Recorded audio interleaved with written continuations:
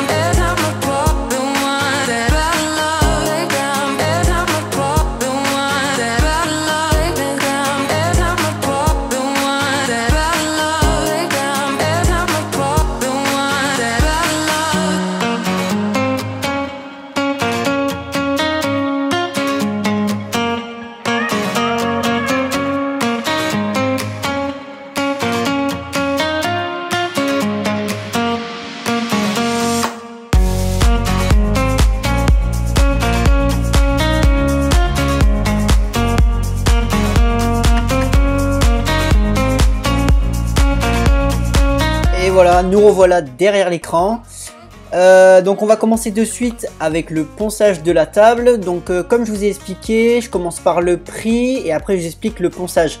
Le prix de cette table m'a coûté 220 €, les deux plateaux en sapin et les pieds.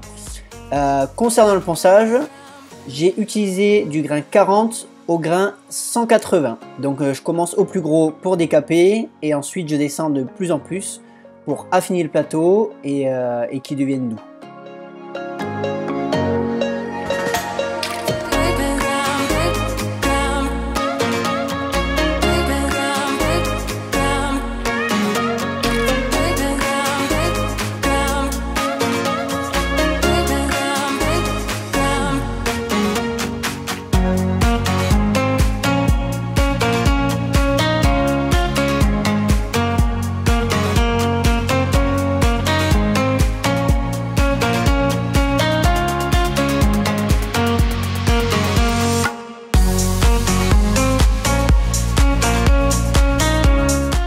Donc là, nous sommes à l'étape du collage.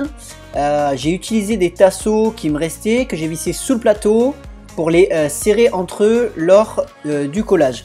On m'a conseillé, un ami menuisier, de faire des dominos pour coller les plateaux. Mais j'ai utilisé cette technique et ça a bien marché. Concernant le temps de fabrication de cette table, j'en profite du collage pour vous en parler. Ça m'a mis, on va dire, 24 heures de ponçage jusqu'au grain 180. Et le temps de la réception des pieds, il faut compter 2 à 3 jours, on va dire. Voilà. Petit conseil, lors du collage, retournez votre plateau sur champ et ajoutez du scotch comme on l'a pu le voir pour éviter que la colle ne s'en aille. Ici, on peut voir le plateau prêt, mastiqué. Donc j'ai utilisé du mastic à bois pour reboucher la rainure du milieu et ne plus la voir.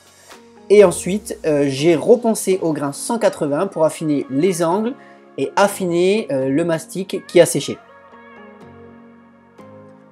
Concernant la teinture, qu'on peut voir ici, j'ai utilisé une teinture à bois chêne foncé que j'applique en 2 couches. Une première couche avec 1 heure de séchage.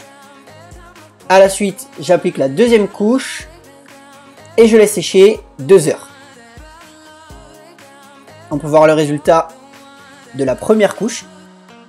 J'en profite de cette première couche pour vous expliquer une petite galère Concernant la teinte, petite astuce, petit conseil, testez vos teintes. J'ai testé 3 fois les teintes, j'ai dû les ramener.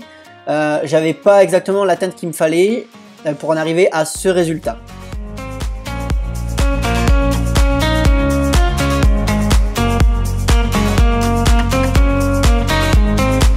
Étape installation des pieds, je mesure et teste l'emplacement de mes pieds.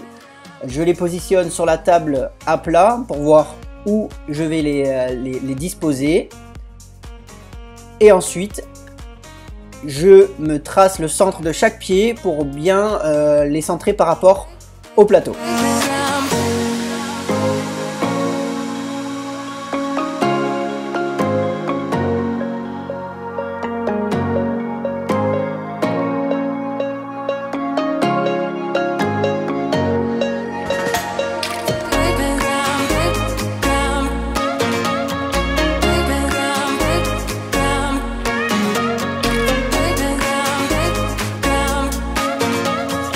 Comme vous avez pu le voir, je trace un trait droit et je passe à l'étape finale du vissage des pieds. Mes pieds sont droits, bien alignés et centrés, les deux sont centrés et on arrive à un résultat final. Je vous laisse apprécier le résultat.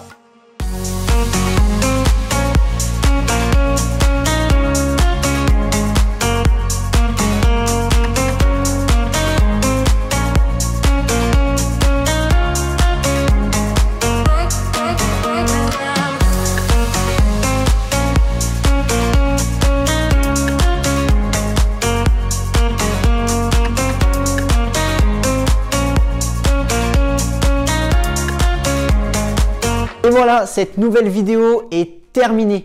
J'espère que ce nouveau contenu dynamique, divertissement, travaux vous plaira. Petit rappel, je ne suis pas un expert en travaux ni en immobilier. C'est mon expérience, ma passion et mon envie de réaliser de nouvelles choses qui vous donnent des conseils sur ce genre de contenu.